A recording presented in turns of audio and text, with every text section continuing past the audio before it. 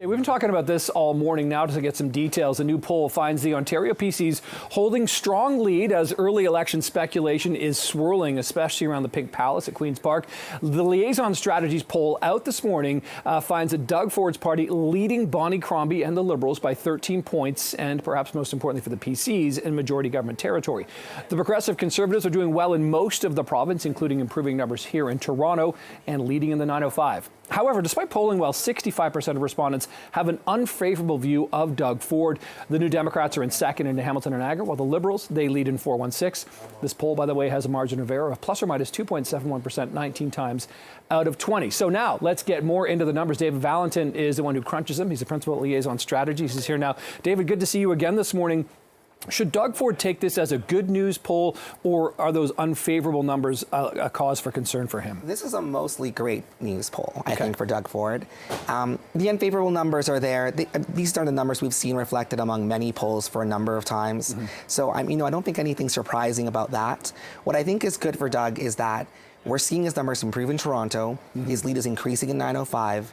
And in the rest of Ontario, he's pretty much cruising. So I think right now, if there was an election called today, we'd see them return with a majority government. Though, of course, we don't know how Ontarians would react to an early election call. That's the thing, right? Because that's, I suppose so much of this is tied to the fact that there has been this sort of rumors swirling that perhaps this would happen. It would seem advantageous at this point to do that, but like you said, you don't know the move of Ontarians about that. What I do want to know is, you mentioned, Marit Stiles and Mike Schreiner, kind of, no one has a clear opinion on them, but Bonnie Cromby, who was sort of at least known in the 905 as the mayor of Mississauga, her numbers aren't that good here either, but again, she's not elected yet.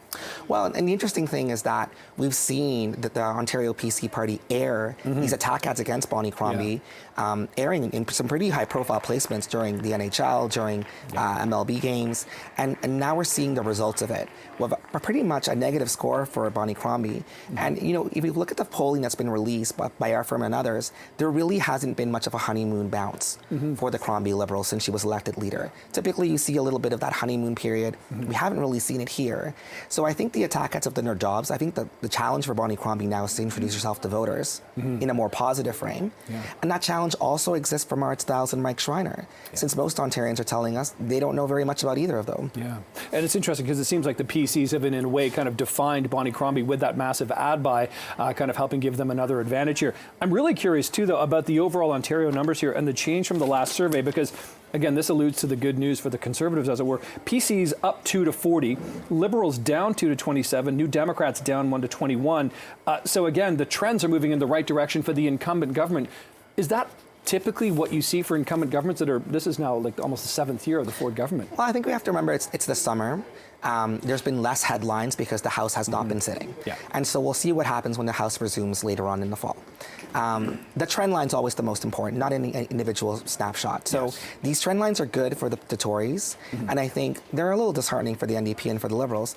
That being said, the best news really is in the regional numbers for the PCs. The fact that they're drawing almost close to even now in Toronto and extending the lead in the 905, that's where the election is won and lost. Is your sense, David, that any of this is, federally, we see the numbers for Pierre Poilievre's led Conservative Party, as much as there's a separation between the CPCs and PCs here, do you feel like there's any people sort of connecting the two and saying, hey, I'm backing Poilievre, so I kind of like Doug as well?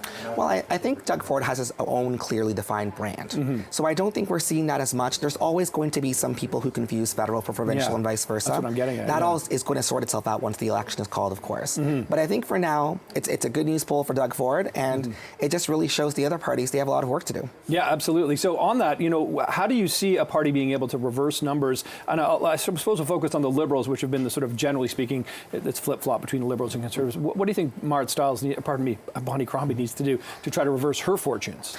I think she has to put her message out there more aggressively, define who she is for Ontarians, because we've seen what happens if the PCs get there first and let they get the chance to say what Bonnie Cromby stands for. And of course, the biggest challenge facing all the parties that are not the PCs is that they don't have these big war chests. They can't spend this money on advertising because they don't have it yet. And so they're waiting for the next election to deploy it. We'll see some equalization, some stabilization, when things are an actual more even footing. But for now, be aggressive, get into new stories, try to define the agenda as much as possible. There are a lot of challenges in the province, and certainly she can talk about those. Okay, David Valentin, Principal Liaison Strategy. Appreciate you breaking down the numbers here this morning. Thanks for the time.